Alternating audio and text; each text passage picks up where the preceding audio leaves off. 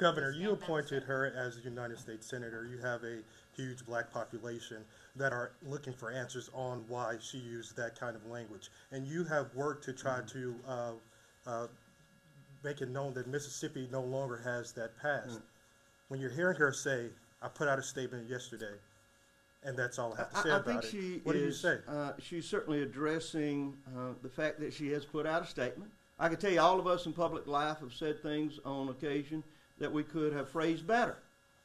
When you make as many speeches as we do in public life, that does occur. But I know this woman and I know her heart. I knew it when I appointed her. I know it now. She meant no offense by that statement. There was nothing in her heart of ill will. Now, in a political campaign, people can make anything you say what they want it to say. They can spin it.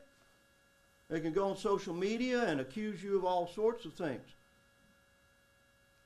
Governor, she feels certain that, I believe, I won't speak for her, but that her statement spoke to it. Absolutely, we have been sensitive to race relations in this state.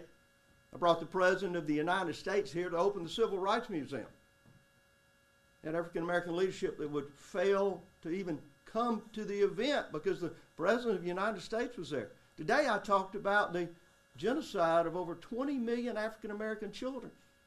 You see, in my heart, I am confused about where the outrage is at about 20 million African-American children that have been aborted. No one wants to say anything about that. No one wants to talk about that. Yeah, that's a conflict that we see. And Governor, I would counter with that if I may. I don't dispute that she's pro-life. I know that the statements that she has made has troubled people, and she's seeking to be elected as a U.S. Senator from the state of Mississippi. And to tell me that just a statement addresses it does not. I would like simply an explanation. I've never heard that analogy before used. What her context is, why voters should not be alarmed.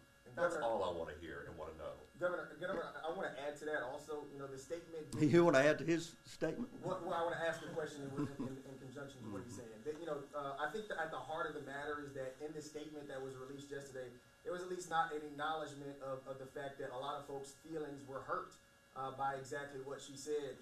You know, we understand that she stands by what she says, but, you know, there was no acknowledgement that, you know, there were folks hurt in that process of what she said. And there still is. I think we all realize that it's very easy for people to be offended and hurt by a number of things that could be said. But again, I know her, and everything is not about race.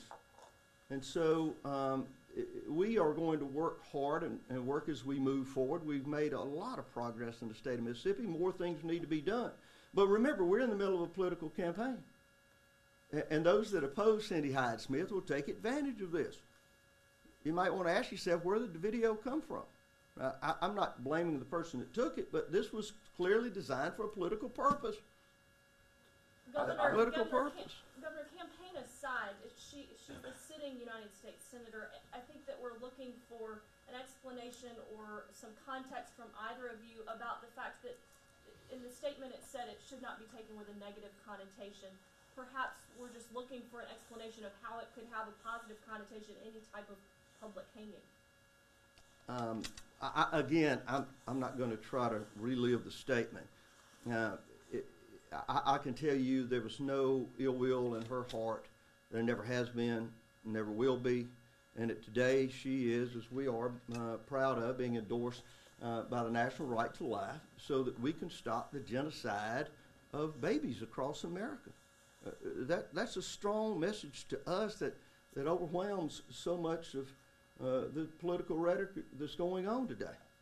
Now, that said, we are going to continue to fight for every Mississippian, as is the senator will do, under every circumstance. Governor, we are today talking about the right to life. The senator is standing next to you and not addressing the questions. It doesn't answer the questions and the concerns. I mean, we're going to continue to ask these questions until you, with all due respect, address the questions. And we're addressing what context did you say that in, and have you ever been to a public hanging? What is a public hanging in your context? Just explain. We did address it yesterday. Thank you very much. Is public hanging a pro-life position? We did address it yesterday. Thank you.